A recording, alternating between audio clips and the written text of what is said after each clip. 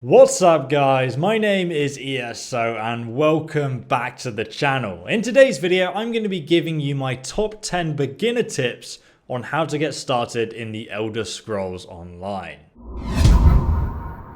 Awesomely, Bethesda sponsored me to make you guys this video, which is funny because ESO is a game I play on a weekly basis anyway. And with Summerset coming out on the 21st of May, I thought it would be a great opportunity to show you guys how to get started in game. And if you guys are interested in grabbing those pre-order bonuses while you still can for the new Summerset Isles expansion, just click the link at the top of the description. That will take you to the pre-order page. See that cat on fire behind me? Oh, please help me. That's just one of the things you get for pre-ordering. Now let's get into the video. While I do think this game is pretty awesome, I do think it does a pretty bad job of explaining how the game works to new players, especially if you're coming from a game like Skyrim or Oblivion and are used to playing on your own. So before we get into these tips, I just want to show you my character. I've literally managed to create what looks like the most depressed Khajiit ever. He's got the most concerned look on his face. I really don't think this Khajiit is ready to face Morlock Bow at all. Ha! Ha! There are 3 different alliances you can choose from. It doesn't really matter because you can go anywhere you like in the game. The only thing it matters for is player versus player. So if you want to join me and play in my guild, then I recommend going for the Daggerfall Covenant because then we can play PvP together. Or if you just hate me and you want to kill me, you can go into one of the other. Apart from the Aldmeri Dominion, no one goes in there. That's just a terrible place to be. Don't do that to yourself. You can also choose what race you want to play, but let's be honest, you're going to go for the Khajiit. But in all seriousness, guys, if you do want to know what race is best for the different class you're playing, then make sure you check out my guide in the description, but I'm not actually going to cover that in this video. But I'm going to be playing a Nightblade Assassin because let's be honest, but after you've picked your alliance and your class that you want to play, you're going to need to name your character. Now, because I've already played the game before, I have the option to skip the tutorial. You guys can play through it and enjoy it yourself, but for the purpose of this tutorial, I'm going to go ahead and skip it. If you have the Morrowind or Summerset Isles DLC, you also have the opportunity to start the game there instead. But otherwise, you'll just start the game in Stros Mackay. To be honest though, it's really just for flavor. It doesn't matter where you start the game. But ESO, wait, I have no friends to play with. Well, guys, I've got you covered. If you are looking to find people to play ESO with, or you just want to join me on my weekly Saturday night raids, then follow the link in the description to my Discord server. If you didn't know, Discord is basically like Skype for gamers. But you can also buy people's kidneys here. Once you're here on my server though, just scroll down on the left-hand column here and find the Elder Scrolls Online section.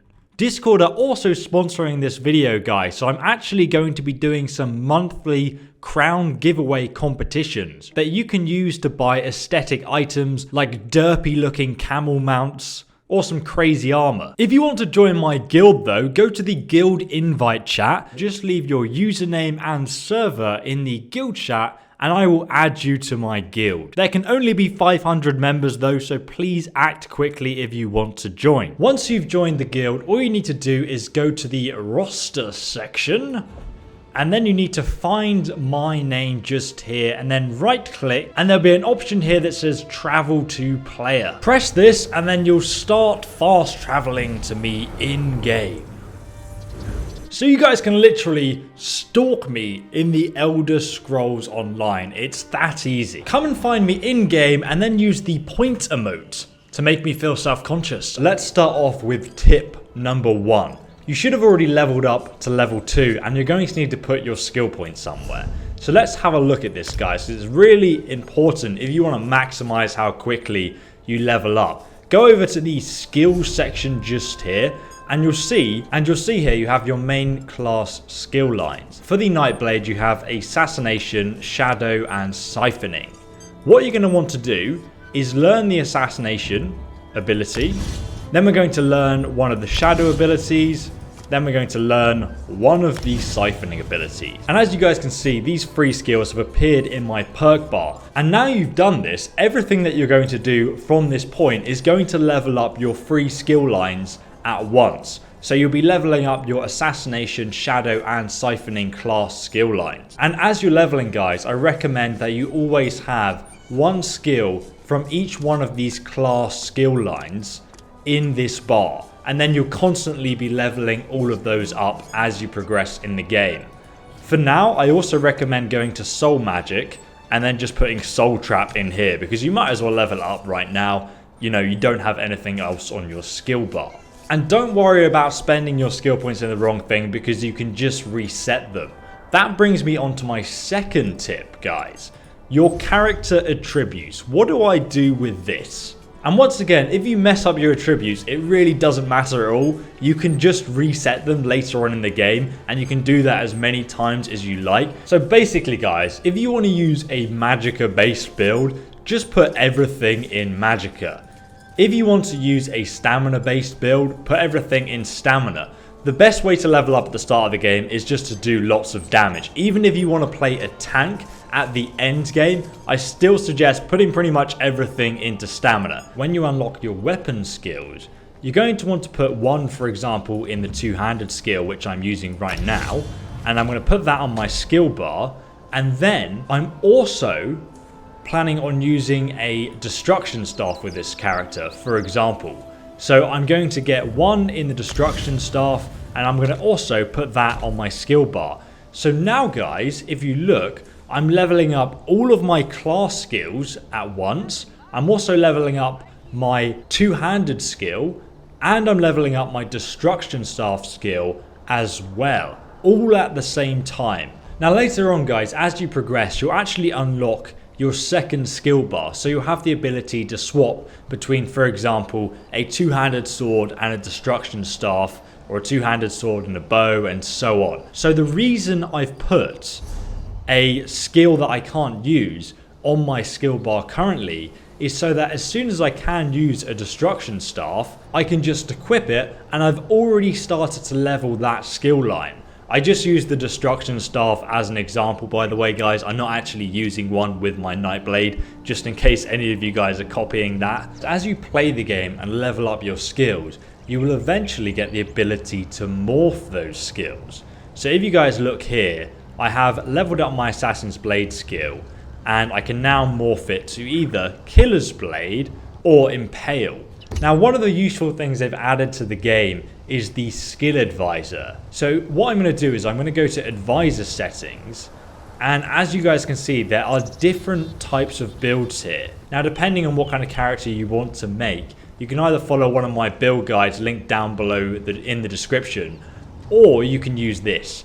Now, if you look, there are different things that the build focuses on. For example, the first few are using the primary stat Magicka. Now, I'm not making a Magicka based build. There are other things here that have a role of, for example, a Nightblade tank or a Nightblade healer. Personally though, I want to make a stamina damage role Nightblade. So I'm going to put it on Umbreal Assassin. Then I'm going to go to the advisor list, and you can see now it's going to suggest which skills I want to choose when morphing them. So for example, if I go to Veiled Strike, which is another ability I can now morph, it's going to recommend that I go with Surprise Attack, and that is actually a good choice. So I'm going to want to get Surprise Attack and morph it to that. And if you use this skill advisor, it's actually really helpful if you're a new player, so you don't make silly decisions on your build. I mean, you can reset it all anyway, but at least this gives you an idea of what to choose. So that is pretty much the basics of how the skill system works. So as you guys can see, I've spawned on this ship, and one thing I'm going to want to do straight away is literally loot everything. This actually counts as stealing, but I'm still going to go ahead and steal this. You can loot all these boxes. Pretty much everything in the game is lootable. Any container you see, you can steal from. So one thing I do suggest is running around the back here, and you're going to find a selection of weapons. So for example, if you want to use a sword and shield, just grab the shield and a greatsword or whatever you want to use. Go ahead and pick it up. There's also a bow here as well. Just pick up all this stuff because we can actually break it down and use it for crafting experience anyway. Even this wine rack here, we're going to find useful things that we can drink. So if I go ahead here and actually use this, it's going to increase my stamina recovery for 35 minutes. So I might as well just drink that now. You'll get tons of stuff like this really easily in the game. Now the next thing you're going to want to do, guys, is have a look at your map and find the closest way shrine to wherever you spawn. So there's a way shrine just here. I'm going to press F and just make this a marker on my screen. And I'm going to run over there right now. Okay, so we're at the way shrine. Now what we're going to want to do, guys, is we're going to fast travel using this way shrine to one of the major cities. Because my next tip, guys, it's really important that you start the Fighters Guild, the Mages Guild, and the Undaunted Guild right at the start of the game. So as you can see, this is the whole of Tamriel. We can see the whole map here and all the different places I can go to. All of these areas are basically different zones. All of these zones have quests in, lots of different things to collect, and you can go and adventure to these zones whenever you feel like it and go and do all of the quests there. All of the content is actually leveled to your character. So even if you're playing with me and I'm like on my level 50 max character and we're exploring together, we're still going to find that same content as challenging as one another. Which is quite fun because you can go and play the game with your friends that are a much higher level with you and still enjoy it. So we now need to go to one of the major cities to join one of these guilds. So I'm going to go to the Daggerfall one, which is just here, and I'm going to travel here. Confirm travel, and now we're in Glenumbra. So if we look on the local map here, guys, what you're going to see is the Mages Guild is this symbol just here. And we want to join the Mages Guild. You can go to any Mages Guild in any major city to start that guild quest line. You're also going to find the Fighters Guild just here. And then to join the Undaunted Guild, which is basically like a dungeoneering guild, you're going to need to go to the local pub. So firstly, I'm going to go to the Mages Guild, which is this building just here. You know, you can find all this stuff on your map. All you need to do is run inside and talk to the lady here. And just skip through her dialogue and you'll see I'm ready to join the Mages Guild. So just go ahead and join it and then complete quest, and now you've unlocked the Mages skill line. Now just quickly, guys, if we go into our skills, then we go to Guild, Mages skill line. Currently I'm level 1. Now the way you level up your Mages skill line is by collecting lore books scattered all the way across Tamriel. It takes a very long time to level, which is why I recommend getting it straight away at the very start of the game, and then you can level it slowly as you play through it. So as you guys are exploring, you'll eventually come across these things here. They are lore books, and they're kind of like, they have this blue sort of glow to them, and they can be found all over the game world. So if we read this, you'll actually see lore book discovered, and it's actually increased my Mages Guild. Now, as you guys may be aware, it's going to take you a while to level up your mage skill line by finding all of these hidden books. So one of the best things you can do is download a add-on which shows you the location of them on your mini-map. For example, I've got an add-on right now that shows me the locations of the sky shards. I will tell you more about add-ons in another video, and I'll link that down below in the description, but for now let's carry on with these beginner tips. Before we go ahead and join the other guilds, let me give you my next tip. As you can see, this place has tons of bookshelves in it. One of the most important things you want to do in this game is run around and just read all of the bookshelves, because these are going to increase they're going to give you like random skill points basically. So I've just leveled up my one-handed and shield, I've leveled up my alchemy, I've leveled up, you know, you're just going to randomly level up your skills by running around reading all of the bookshelves. Destruction staff, it doesn't matter if you're not using these skills, it's just really helpful to level them up. Basically every single bookshelf in the game has a different book in. If you've read that book before, it won't level up your skill. If you haven't read it before, it's got a chance of leveling up that skill line. So I highly recommend just running around the game and seeing if you can level up your skills as you go by reading all of these bookshelves. No matter what kind of bookshelf it is, if you're in a dungeon or exploring the wilderness, whatever. So now we're going to go into the Fighters Guild and I'm going to join them. I'll explain the Fighters Guild quest line and how you level that up as well. So we're going to start the quest here. I can tell our new guild master. Excellent. I'm ready to join the Fighters Guild, and then you get the quest line, complete quest. There we go. Now we have the Fighters Guild quest line. And to level this one up, guys, all you need to do is kill tons and tons of Daedra. You're going to do that as you play the game anyway, so it's one of those skills. Obviously you want to get it early, because as you play you'll just be leveling it up anyway, and you'll unlock all these different skills and stuff. I will make guides on the fastest way to level this for you guys if you're interested, but to be honest, just playing the game, you're going to level it up naturally. So now we just want to go to the pub right here, and we want to join the Undaunted. These are, as I said earlier, the dungeoneering experts. So as you do dungeons and you do group dungeons and stuff like that, you'll gradually level up this skill. If you want to do like player versus environment content, then it's definitely a skill line you're going to want to level up slowly as you go. So if I come into the pub, you're going to be looking for like a group of people like this, a group of adventurers. You can talk to this lady and she's going to allow you to join the Undaunted. So you guys can see now I've unlocked the Undaunted skill line. So guys, my next tip is if you look at our compass at the top of the screen, you can see there are tons of these little quest markers. What we want to do is run around the whole of the town. Literally anywhere you visit in the game, you're going to find different quests to do. And when you go to a new location, a new area, you'll find tons of different quests. So run round and literally talk to every single NPC if you want to do this the fastest way, and then accept their quest, and they're all going to have things for you to do.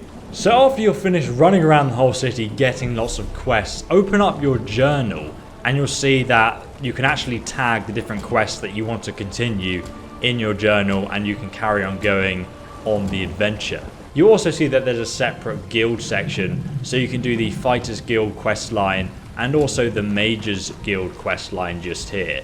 Then there's also a main quest as well, where you can go to the harborage, and all of these things, as you can see, if you highlight them, are marked on your map. So they tell you where to go and what to do, and you know, it's relatively simple to follow. Okay, so my next tip for you guys is to go ahead and get a horse. This is really important because otherwise you'll end up pretty much running everywhere. Now you can find a stable is just here. So I'm going to go and run over to this stable because I don't actually have a horse yet, and talk about how the horse system works quickly.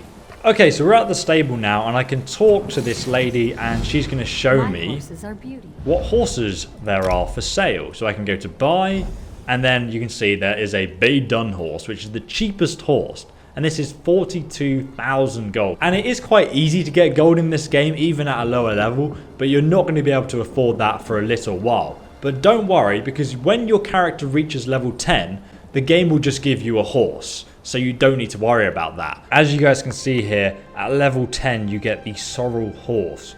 All the horses are exactly the same. You can upgrade them to increase their speed. The only difference is their appearance. So once you get to level 10, you get your own horse for free. But what you do need to consider is the riding trainer. Basically, once every 24 hours, you can pay 250 gold to level up either your speed, which increases your horse's movement speed, your stamina, which allows you to take more hits before getting dismounted, and also your horse's carry capacity, which allows you to carry more goods, basically. What I suggest if you're planning on roaming around and exploring the whole world is just putting every single thing into speed. And I recommend doing this every day once you log on, because it takes, you know, obviously 60 whole days on each character to get to 60% speed, which is maxed out speed for a horse. So I highly suggest putting everything into speed, personally. Oh, he's so sad because it's raining. So guys, my next tip I'm going to talk about is the armor. As you guys can see in the skill section, currently I've only unlocked heavy armor here. And what we want to do is level up all of our armor skills progressively as we go along. If I look in my inventory, I have 7 pieces of different armor I can equip. What you want to do is, say for example, this character is a stamina Nightblade, so I'm going to want to equip 5 pieces of medium armor because that's my main armor type. But I'm also going to equip 1 piece of heavy armor and 1 piece of light armor. So as I play through the game, I'm gradually going to level up my light armor skill and my heavy armor skills as well. So if I want to swap later on and use some medium and heavy armor to get like the best combination, then I can do that, and I've already leveled up that skill line. So I highly recommend always having medium, heavy and light on at the same time so you can level everything at once. So there are my top 10 tips, but if you guys want to join in on the Discord competition, all you need to do is design the funniest character you can in ESO character customization and then print screen it and post it on my Discord server in the competition section. For more ESO guides, check out the links down below in the description, and if you haven't already guys, don't forget to subscribe and press that little bell icon as well, and then YouTube will notify you when my next guide comes out, because I'm currently in the process of making them. But thanks very much for watching guys. I will see you in the next video. Thanks again for Bethesda and Discord for helping me out with this video. Really appreciate you guys supporting the channel, and audience, as always, thanks so much for just your viewership, and you guys watching means a lot to me as always. I'll see you in the next video.